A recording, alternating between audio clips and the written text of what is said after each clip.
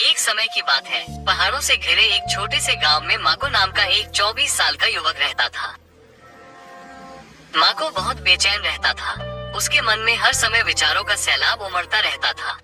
दिन भर तरह तरह के विचार आते जाते रहते थे। इन विचारों से उसे बेचैनी और थकान महसूस होती थी। वो हमेशा अपने अतीत को लेकर दुखी रहता था और भविष्य को लेकर बहुत चिंतित रहता था। इन विचारों के कारण उसके मन में तूफान सा छा जाता था। उसे शांति नहीं मिलती थी, नींद नहीं आती थी और मुस्कुराना भी भूल जाता था। एक दिन माको को दूर पहाड़ों में बसे एक गांव के बारे में पता चला। लोगों ने बताया कि वहां एक बुद्धिमान बूढ़ा आदमी रहता था। वो आदमी शहर का मशहूर मनोवैज्ञानिक हुआ करता था। उसने अपने जीवन में बहुत से लोगों की मदद की थी और उन्हें मन की शांति पाने का तरीका सिखाया था। अब वो बूढ़ा हो चुका था। वो शहर की भागदौड़ भरी जिंदगी छोड़कर प्रकृति के करीब एक शांत गांव में रहने लगा। कभी कभी वो आने वालों को सलाह भी देता था। माको के मन में उत्सुकता और उम्मीद जगी। उसने तय किया कि उसे उस बूढ़े आदमी से मिलना ही चाहिए। उसने सोचा, शायद ये बुद्धिमान आदमी मुझे शांति पाने में मदद कर सकता है। कई दिनों की लंबी और थकाऊ यात्रा के बाद माको पहाड़ी गांव में पहुंचा। वहां पहुंचते ही उसने देखा कि हरियाली से घिरा एक छोटा सा घर है। घर के बरामदे में बूढ़ा आदमी चुपचाप बैठा था। उसकी आंखें बंद थी और वो बहुत शांत लग रहा था।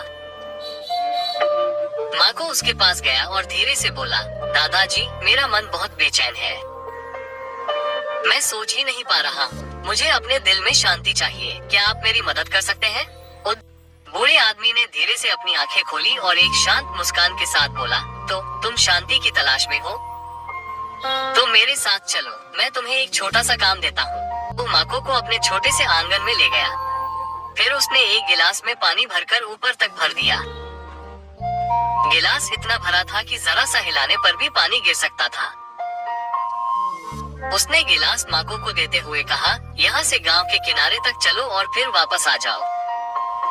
लेकिन याद रखना, एक बूंद भी पानी नहीं गिरना चाहिए। माको ने उसे आश्चर्य से देखा, लेकिन वो अपना सर्वश्रेष्ठ करना चाहता था, इसलिए उसने चुनौती स्वीकार कर ली। उसने गिलास को ध्यान से पकड़ा और चलने लगा। सड़क संकरी और भीड़ भाड़ वाली थी। कुछ लोग चल रहे थे, कुछ दौड़ रहे थे। दुकानदार ग्राहकों को बुला रहे थे और कुत्ते भौंक रहे थे। लेकिन माको ने इधर उधर नहीं देखा। उसकी नजर केवल गिलास पर ही थी।